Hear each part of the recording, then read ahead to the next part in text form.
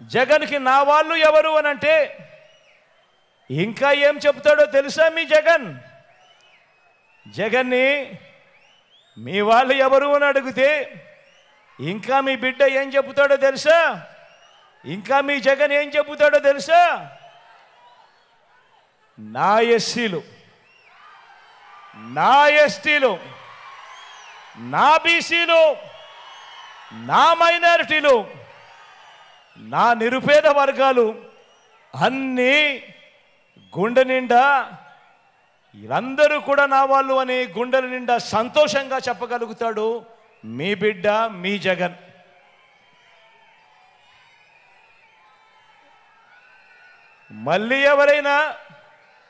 మళ్ళీ ఎవరైనా జగన్కి నా అనేవాళ్ళు ఎవరు అని అడిగితే ఇంకా ఏం చెబుతాడో తెలుసా? మీ జగన్ ఇంకా ఏం చెప్తాడో తెలుసా? మీ జగన్ ఇది చంద్రబాబుకు కూడా చెప్తా.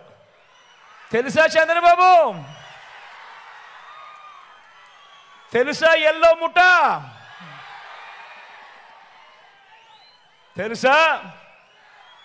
జగన్కి నా అనేవాళ్ళు నా తోబుట్టువులుగా భావించే నా పేద అక్క చెల్లెమ్మలు అని చెప్పి కూడా గర్వంగా చెప్తాను.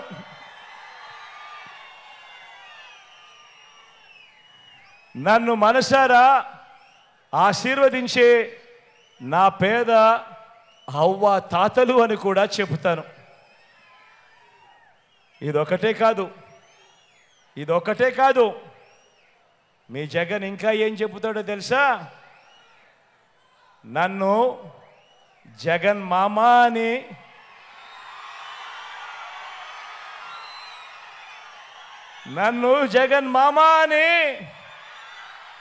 ప్రేమగా పిలిచే నా చిన్నారులు అని కూడా గర్వంగా చెప్తాడు మీ జగన్.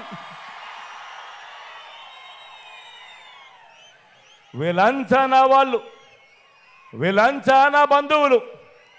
వీరి భవిష్యత్ మార్చడం కోసమే ఈ 58 నెలలుగా నా ప్రతి అడుగులోనూ కూడా తాపత్రయంతో అడుగులు వేశాము అని చెప్పి కూడా గర్వంగా కూడా ఈ సందర్భంగా చెబుతున్నా. మరి ఇదే సందర్భంగా నేను చంద్రబాబు నాయుడు గారిని కూడా ఒక మాట అడుగుతా ఉన్నా. ఇదే సందర్భంగానే చంద్రబాబు నాయుడు గారిని కూడా ఒక మాట అడుగుతా ఉన్నాను. అయ్యా చంద్రబాబు, నువ్వు 14 ఏళ్ళు ముఖ్యమంత్రిగా చేశావు కదయ్యా, 3 సార్లు ముఖ్యమంత్రి అని కూడా చెప్పుకుంటావు కదయ్యా. 14 ఏళ్ళు సీఎంగా చేశావు, 3 సార్లు ముఖ్యమంత్రిగా కూడా చేశానని చెప్పుకుంటావు. నీ పేరు చెబితే కనీసం ఒక్కటంటే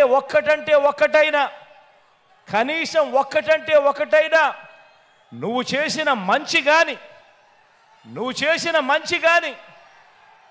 చేసిన ఒక్కటైనా నువ్వు చేసిన స్కీమ్ కానీ నీ పేరు చెప్పితే ఏ ఒక్కరికైనా గుర్తుకు వస్తుందా చంద్రబాబు అని అడుగుతా ఉన్నాను. 2 చేతులు పైకెత్తాలి బా, 2 చేతులు పైకెత్తాలి. ఇలా ఇలా ఇలా ఇలా ఇలా ఇలా ఇలా ఇలా ఇలా ఇలా ఇలా ఇలా ఇలా ఇలా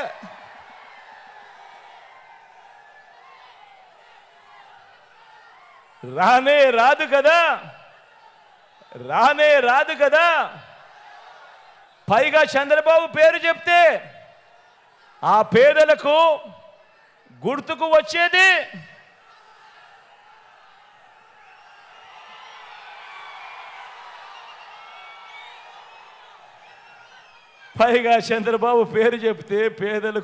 వచ్చేది వెన్నుపోట్లు, మోసాలు, అబద్ధాలు, కుట్రలు, కుతంత్రాలు. ఇవి చంద్రబాబు పేరు చెప్తే గుర్తుకొచ్చేటివి. అందుకే జగన్కి నా అనేవాళ్ళు రాష్ట్రమంతటా కూడా కోట్ల మంది ఉంటే చంద్రబాబుకు మాత్రం నా అనేవాళ్ళు ఎవరో తెలుసా? మన రాష్ట్రంలో అయితే ఎవరూ లేరు, పక్క రాష్ట్రంలోనే అందరూ నాన్నలో కలిసే.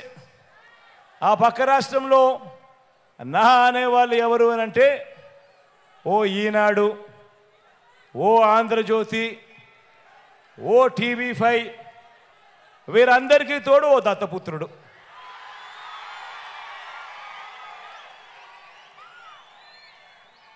వీళ్ళందరూ కలిసి గ్రామ గ్రామాన ఏర్పాటు చేసుకున్న జన్మభూమి కమిటీల దొంగల ముఠ. వీళ్ళంతా కూడా మన రాష్ట్రాన్ని దోచుకోవడం, దోచుకున్నది వీళ్ళంతా కూడా పంచుకోవడం, ఇది వీళ్ళకు తెలిసిన రాజకీయం.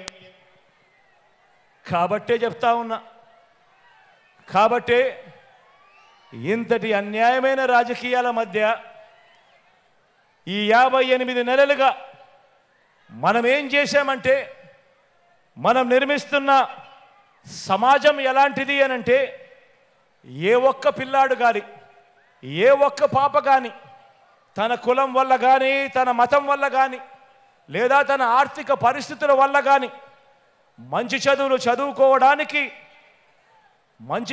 చదువుకోవడానికి అడ్డంకులు లేని ఓ సొసైటీని క్రియేట్ చేసే కార్యక్రమం ఈ 58 నెలలుగా మీ బిడ్డ కష్టపడ్డాడు. ధనికులకు ఓ రకమైన చదువు, పేదలకు ఇంకొక రకమైన చదువు ఉండడానికి వీల్లేదని, ధనికులకు మాత్రమే అందుబాటులో ఉండే ఆ క్వాలిటీ ఎడ్యుకేషన్ను పేద పిల్లలకు సైతం తీసుకొచ్చే కార్యక్రమానికి శ్రీకారం చుట్టాడు మీ బిడ్డ ఈ 58 నెలల కాలంలో.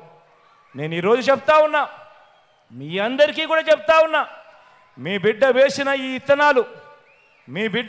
ఈ ఇత్తనాలు మరో 10-15 సంవత్సరాలలో ఏ స్థాయికి వృక్షం అవుతాయి అనంటే, మన పేదింటిలో పుట్టిన మన పిల్లలు ఏ లెవెల్లో అనర్గళంగా ఇంగ్లీష్లో మాట్లాడతారు అనంటే, పెద్దింటి పిల్లలకు కూడా అసూయ పుట్టే విధంగా వాళ్ళు మాట్లాడే పరిస్థితి వస్తుంది అని కూడా ఈ సందర్భంగా సగర్వంగా తెలియజేస్తా ఉన్నాను.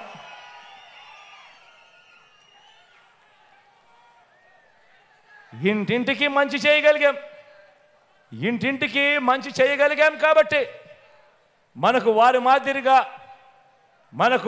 మాదిరిగా కుట్రలు, పొత్తులు, ఎత్తులు, జిత్తులు వీటితో పని లేదు. ఎందుకనంటే మనము ఇంటింటికి మంచి చేయగలిగాం కాబట్టి.